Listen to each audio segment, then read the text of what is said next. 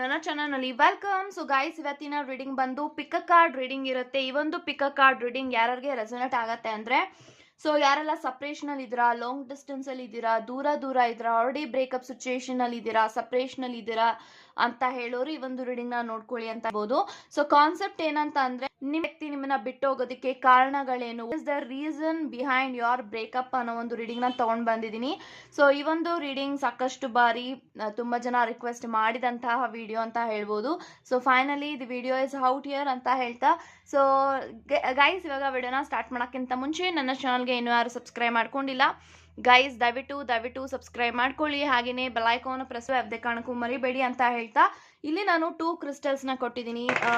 First crystal ಬಂದು we have a golden cards and second crystal ಬಂದು green ಅವೆಂಚರನ್. ಇವೆರಡು crystal ಅಲ್ಲಿ ಯಾವ ಕ್ರಿಸ್ಟಲ್ ನಿಮಗೆ ಅಟ್ರಾಕ್ಟ್ ಆಗ್ತಾ ಇದೆಯೋ ಆ ಕ್ರಿಸ್ಟಲ್ನ ನೀವು ಚೂಸ್ ಮಾಡ್ಕೊಳ್ಳಿ.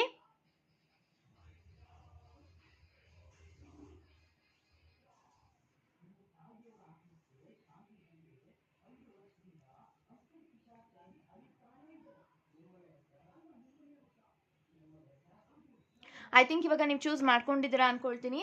ಚೂಸ್ ಮಾಡದೇ ಇರೋರು ವಿಡಿಯೋನ ಪಾಸ್ ಮಾಡಿ ಸಹ ಚೂಸ್ ಮಾಡ್ಕೊಳ್ಬೋದು ಅಂತ ಹೇಳ್ತಾ, ಸೊ ಎಸ್ ಗೈಸ್ ಇವಾಗ ರೀಡಿಂಗ್ನ ಸ್ಟಾರ್ಟ್ ಮಾಡೋಣ. ಓಕೆ ಗೈಸ್, ಯಾರೆಲ್ಲ ಗೋಲ್ಡನ್ ಕಾರ್ಡ್ಸ್ನ ಚೂಸ್ ಮಾಡ್ಕೊಂಡಿದ್ದೀರಾ, ಸೊ ಇವಾಗ ನೋಡೋಣ. ಸೊ ನಿಮ್ಮ ಒಂದು ವ್ಯಕ್ತಿ ನಿಮ್ಮನ್ನ ಬಿಟ್ಟೋಗೋದಕ್ಕೆ ಕಾರಣಗಳೇನು, ರೀಸನ್ ಏನು, ಬ್ರೇಕಪ್ ಆಗೋದಕ್ಕೆ ಪ್ರತಿಯೊಂದು ಮಾಹಿತಿನ ಇಲ್ಲಿ ತಿಳ್ಕೊಳ್ಳೋಣ. So let's begin. Okay,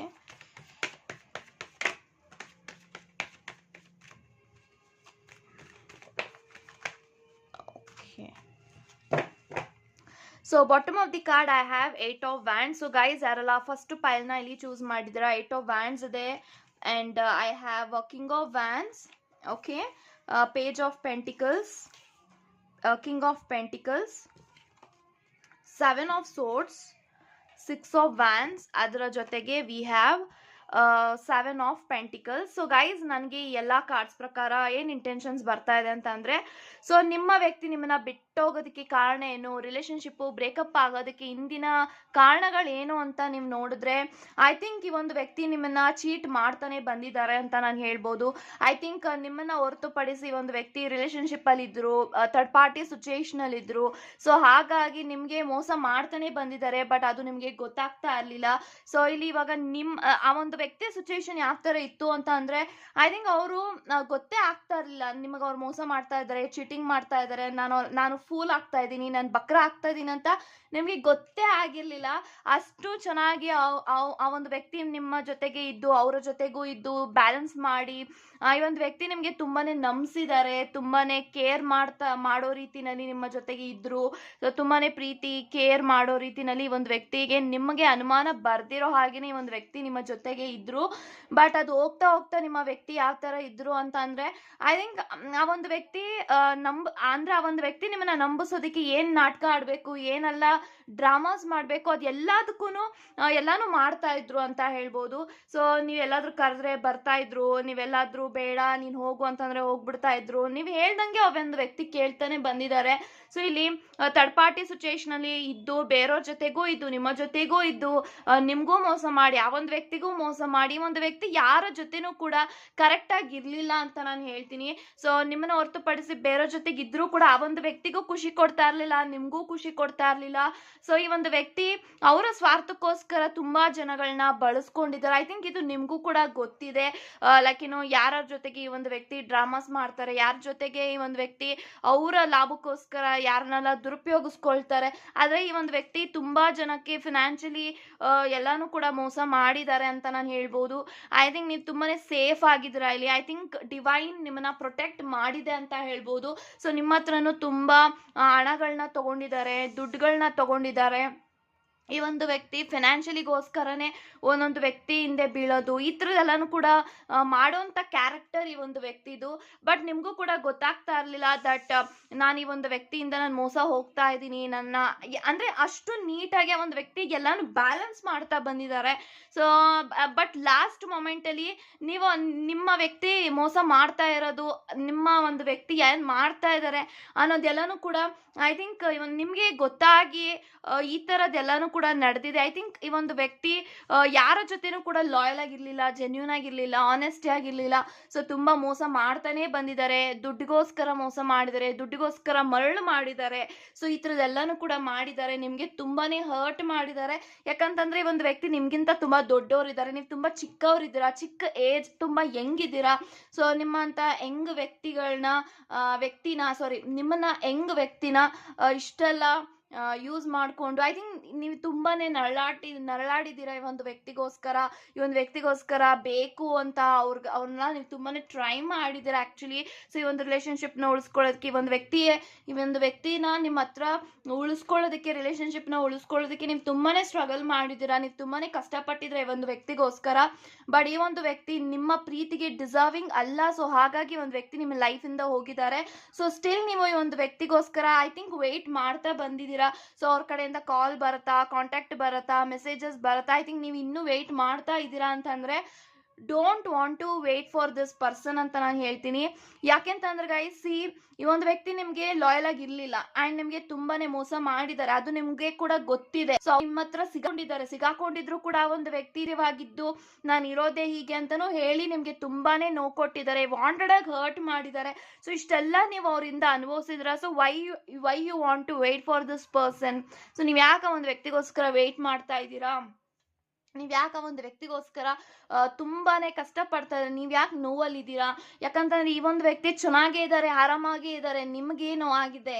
I want to ask you why you want to wait for this person? So ಈ ಒಂದು ವ್ಯಕ್ತಿಗೋಸ್ಕರ ವೇಟ್ ಎಲ್ಲ ಮಾಡೋದಕ್ಕೆ ಹೋಗ್ಬೇಡಿ.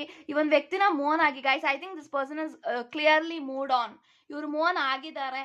ಸೊ ಅವರ ಒಂದು ಜೀವನ ಅವರು ನಡೆಸ್ತಾ ಇದ್ದಾರೆ. ಸೊ ನೀವು ಇಲ್ಲಿ ಯೋಚನೆ ಮಾಡಿ ದಟ್ ನೀವು ಈ ಒಂದು ವ್ಯಕ್ತಿಗೋಸ್ಕರ ವೇಟ್ ಮಾಡಿದ್ರು ಕೂಡ it is not so good. ಅವರು ನಿಮ್ಮನ್ನ ಕಾಂಟ್ಯಾಕ್ಟ್ ಮಾಡೋದಿಲ್ಲ, ನಿಮ್ಮ ಲೈಫಲ್ಲಿ ಮತ್ತೆ ವಾಪಸ್ ಬರೋದಿಲ್ಲ. So it is waste of time.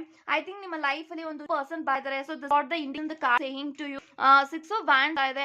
ನಿಮ್ಮ ಲೈಫಲ್ಲಿ ಒಂದು ವ್ಯಕ್ತಿ ಬರ್ತಾ ಇದ್ದಾರೆ ಅಂತ ಹೇಳ್ಬೋದು. ಅವರೊಟ್ಟಿಗೆ ನಿಮ್ಮ ಜೀವನವನ್ನ ಕಟ್ಕೊಳ್ಳಿ.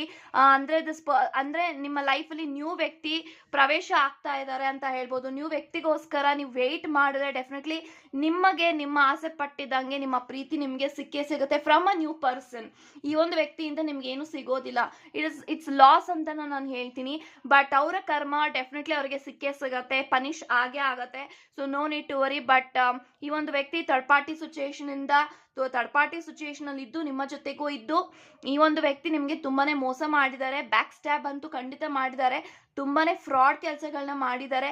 ಸೊ ಹಾಗಾಗಿ ಒಂದು ವ್ಯಕ್ತಿ ನಿಮ್ಮನ್ನ ಬಿಟ್ಟು ಹೋಗಿದ್ದಾರೆ ಅಂತಾನೆ ಹೇಳ್ತಾ thank you so much guys. Okay guys, ಯಾರೆಲ್ಲ ಗ್ರೀನ್ ಅವೆಂಚರ್ನ ಚೂಸ್ ಮಾಡ್ಕೊಂಡಿದ್ದೀರಾ? ಸೊ ಇವಾಗ ನೋಡೋಣ ನಿಮ್ಮ ರಿಲೇಶನ್ಶಿಪ್ ಬ್ರೇಕಪ್ ಅದಕ್ಕೆ ಕಾರಣ ಏನು, what is the behind your breakup ಅಂತ ನೋಡೋಣ. ಬಿಗಿನ್. ಓಕೆ,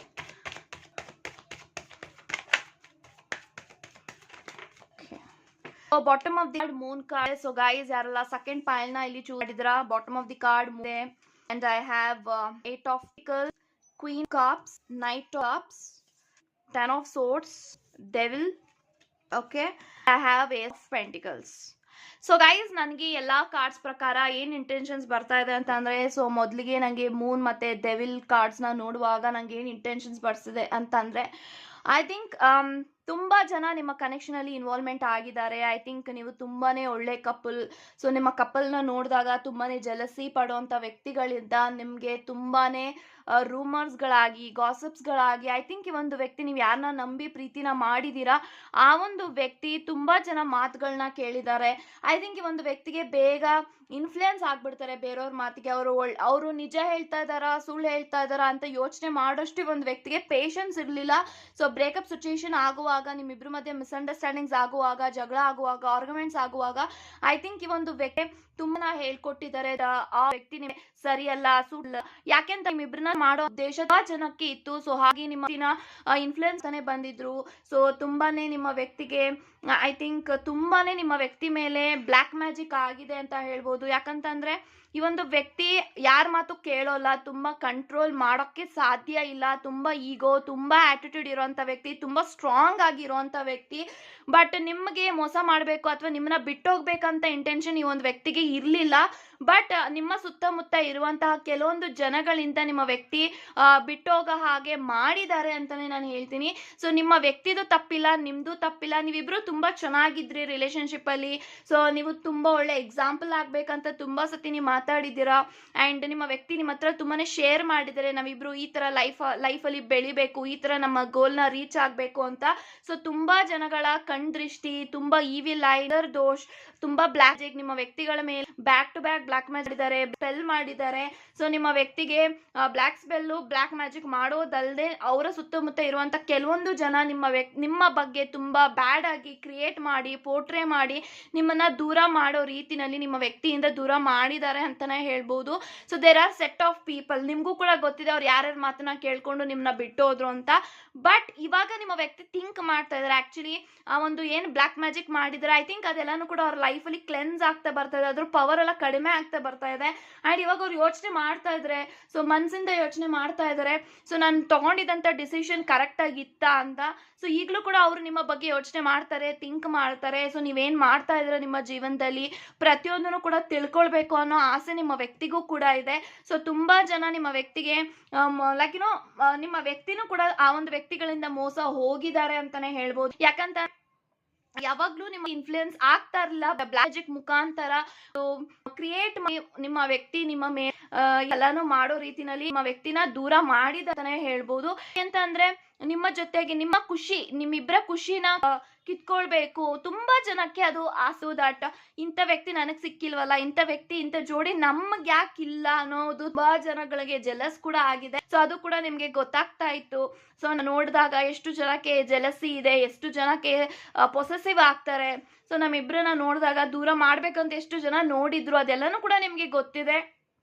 ಬಟ್ ಇದೆಲ್ಲ ಒಂದು ಇನ್ಫ್ಲೂಯೆನ್ಸ್ ಥರ್ಡ್ ಪಾರ್ಟಿಯಿಂದಾನೇ, ಮೂರನೇ ವ್ಯಕ್ತಿಗಳಿಂದಾನೇ ನಿಮಗೆ ಮೋಸ ಆಗಿದೆ, ಮೂರನೇ ವ್ಯಕ್ತಿಗಳಿಂದಾನೇ ನಿಮ್ಮ ವ್ಯಕ್ತಿ ನಿಮ್ಮಿಂದ ದೂರ ಆಗಿದ್ದಾರೆ. ಸೊ ಇವಾಗ ಆಕ್ಚುಲಿ ಯೋಚನೆ ಮಾಡ್ತಾ ಇದ್ದಾರೆ because night of cups, ace of pentacles ಇರೋದ್ರಿಂದ.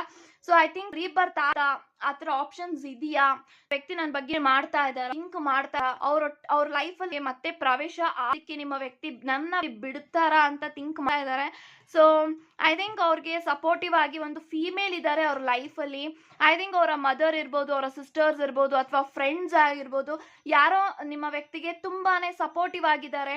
ಸೊ ನಿನ್ನ ಲೈಫಲ್ಲಿ ನಿನಗೆ ಏನ್ ಬೇಕೋ ಅದನ್ನ ಪಡ್ಕೋ ಹೋಗು ಅಂತ ಅವರು ನಿಮ್ಮ ವ್ಯಕ್ತಿಗೆ ಸಪೋರ್ಟ್ ಮಾಡ್ತಾ ಇದ್ದಾರೆ, ನಿಮ್ಮ ವ್ಯಕ್ತಿಗೆ ಹೇಳ್ಕೊಡ್ತಾ ಇದ್ದಾರೆ, ಸಜೆಷನ್ ಮಾಡ್ತಾ ಇದ್ದಾರೆ, ಒಂದು ಒಳ್ಳೆ ರೀತಿನಲ್ಲಿ ಒಳ್ಳೆ ದಾರಿನಲ್ಲಿ ತಗೊಂಡ್ ಬರ್ಬೇಕಂತ ಈ ಒಂದು ವ್ಯಕ್ತಿ ನಿಮ್ಮ ವ್ಯಕ್ತಿಗೆ ಸಪೋರ್ಟ್ ಮಾಡ್ತಾ ಇದ್ದಾರೆ ಅಂತ ಹೇಳ್ಬೋದು.